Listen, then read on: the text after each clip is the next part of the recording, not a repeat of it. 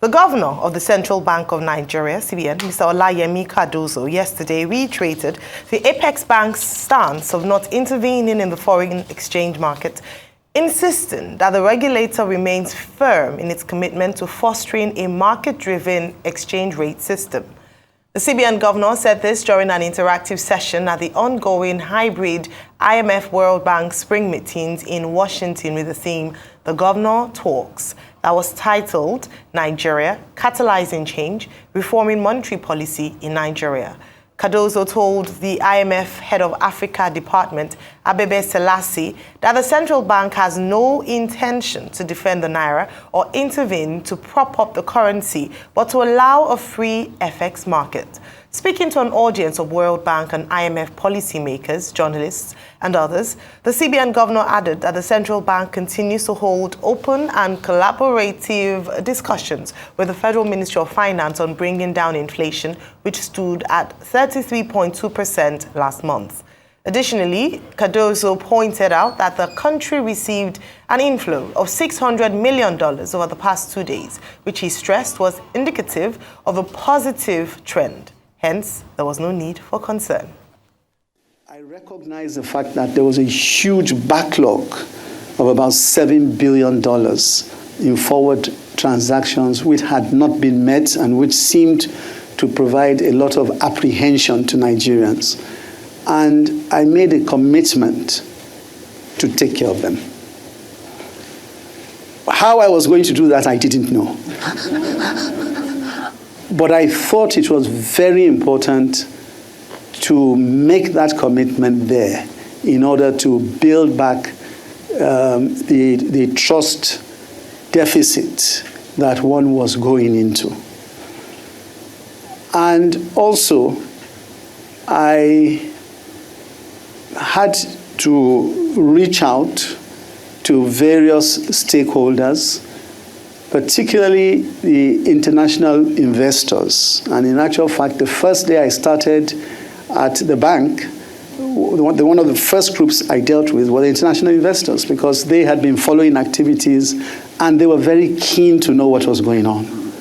And I felt it was very important to continue to have that dialogue, okay, which I did, and use that as an opportunity, as I said, to rebuild trust with people and with various stakeholders.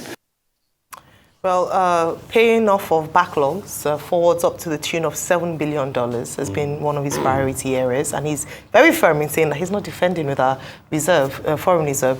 Refer your take on this story. I don't think so. So a couple of things, and just like he said that he did not know how he was going to do it, definitely he knew how he was going to do it. I mean, there were already lines to be able to borrow in the first place, to be able to get some capital in from Afrexim and a couple of other sources. And that's why he was able to get the leeway, you know, to be able to now attack and pay up. Anyway, verified ones, verified claims, not entirely every of the claim, because he didn't pay the $7 billion backlog. There's still about the $2 billion hovering somewhere, but they said it was unverified. So that's number one. Also, the analogy is given that it's not because we are defending, that's why the reserves are plummeting. Then I ask, why are the reserves plummeting? Really? Go and check. Historical records are there. Since he issued that circular from the 28th of February about intervening in the BDC market and all of that, and putting on capital injection at first with a threshold of $20,000 per day per BDC to the threshold of $10,000. All of a sudden, we saw a sharp plummet in about a month's time of about 595 million, you know, from the reserves. This was prior to the time that the reserves was growing, but now he's saying it's because he's paying debt with the reserves. I'm like, really? The reserves was growing. We're even saying that there was an addition to the reserves. All of a sudden, we saw a sharp plummet to what it is now, about 32 billion. So when he's saying he's not, you know, propping up the currency, I don't really want to agree with that. I think reserves are being used also with other operations that is going on. And the reason why we have this liquidity, because it's been able to bring about liquidity in the markets. Take, for instance, our bond yields are very high, at an all-time high. And that's what I was saying yesterday. Goldman Sachs keep praising us because all the traders at Goldman Sachs and international other trading firms, they're having a field time with Nigerian bonds. You know, but this is hot money. It's not sustainable money. It's not like direct investment that will stay and linger on for a while and you see the effect in the economy. This is just hot money, people cashing in and cashing out. When he first started, you know, the OMO operations last year, and started raising bond yields and things like that, we didn't see a lot more traction until when also they attacked the thing about interest rates, and this also spoiled a lot of people. So it's just about where people are getting the best deals, and these foreign investors are getting the best deals in Nigeria. But we keep repeating it's hot money. So I do not subscribe to the things he says. I think there's a level of intervention going. He said intention is not to intervene, but there's intervention going on because you've entered the BDC market. Everything you tried to design, practice that didn't work. In fact, it was a speculator's rage on the market until February when you saw that. And as of that February, the Naira to the dollar peaked at 1,940 or 950. It was trading in some places before you started the intervention. And we saw how this has been able to bring this down. But my fear is this. Yes, $600 million of inflow definitely will come in because it's a trader's paradise with Nigeria now. But the question is, the revenue we ought to be earning. That's what the problem is. Crude oil production has slumped to about 1.2 million barrels per day from about 1.6 million, anyway, minus condensate. And that's the shocking part for me because most of our fuel is coming through crude oil. And if we don't get crude oil production up to a certain level, over 2 million barrels per day, then how are we going to hedge for these shortfalls? Secondly, we have a lot of debts. And that's why we need to get more revenue streams to be able to come into the country. So the revenue is not really about this hot money that is coming in. We're having liquidity in the market. Yes, we've been able to bolster liquidity over $200, $300 million threshold and all of that. It said in 2 days about 600 million. That's fine, but that's hot money. That's not sustainable money that in turn we can do with many things. So that's just my part. So I think the biggest challenge will be how to raise revenue, how to be able to show up production capacity in this government and be able to move on from there. All right. Okay, I'm willing to give Mr. Yemi Cardoso, CBN governor, the benefit of the doubt. He's the one who has the day job. And, that forum was titled The Governor Talks. And he was trying to explain, economic reforms in monetary policy reforms in Nigeria. And it was at the spring meeting of the IMF World Bank. So the purpose of that interaction is to build confidence, is to reassure the international community that Nigeria is making progress in terms of, where we were before the Tinubu administration took over and where we are at this moment. So as a confidence building, interaction, I noted 3 major points that he made. He said, one, that in terms of credit risk, why credit risk is there? In the international community, they do risk assessment. Any investor at all wants to come to your country will look at risk assessment. So one of the issues that came up in the conversation was credit risk. And on that score, he assured the international community that yes, it's a challenge, but that the fiscal side is also important, which is the point we've always made on this table about a proper alignment of the monetary and fiscal side so that we can get to where we intend to be. And he made a statement that, look, he knows that a lot of people are skeptical, but that with time, the full benefits of the steps that they are taking on the monetary side, will become obvious. Now, he pointed to a number of achievements, that liquidity has increased, that as a result of some of the policies they had introduced. Now, liquidity in the sense that we used to get about maybe $200, $300 million per day. He says that is going up now to $600 million and will hit, about $1 billion per day. And many economists have said liquidity within the economy is, part of the problem. So if you have liquidity, it's one way in which CBN under Cardoso is trying to address the foreign exchange crisis. And as we have seen, that has had some kind of corresponding effect on the Naira, with the Naira now exchanging for about 1,100 in the parallel market, 1,002 or so, on the official market. Now, to many Nigerians, this will be a source of excitement, that the Naira is firming up. But my own concern about that is that would they be able to sustain it? And that was why before now I expressed fears that, this method of intervening, taking, money from the reserves, to control the market, that we tried it in the past, it didn't work. But he is saying that they are not intervening in the market. And I think it's in the context of the skepticism that many have expressed that he had to offer that explanation. That in fact, The reason the foreign reserve has gone down is because we have debt obligations. And if Nigeria must remain credible within the international community, you must meet your obligations.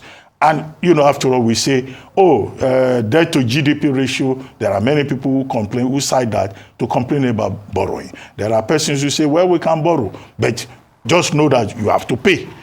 And that's precisely what he was clarifying, that the money in the external reserves, the value of the external reserves went down because they had to meet obligations. That the CBN is committed to a market-determined, space in terms of monetary policy. That was when he now started talking about willing buyer, willing seller, and that the interventions that they have done with the BDCs, with the Bureau de Change, that is just 3 times, and it's minimal.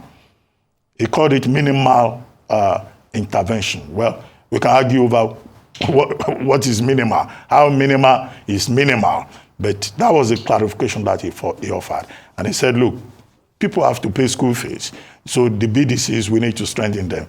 But he hopes that we'll get to a point whereby the CBN will not have to intervene in the market, when the market will have adjusted properly. So from the point of view of building confidence, one of the phrases he uttered, which I noted, was that the national currency of Nigeria, the Naira, from being described as the worst performing currency in the world, is now, considered one of the most successful currencies within a short space of time. Well, but the thing is, would that be sustained?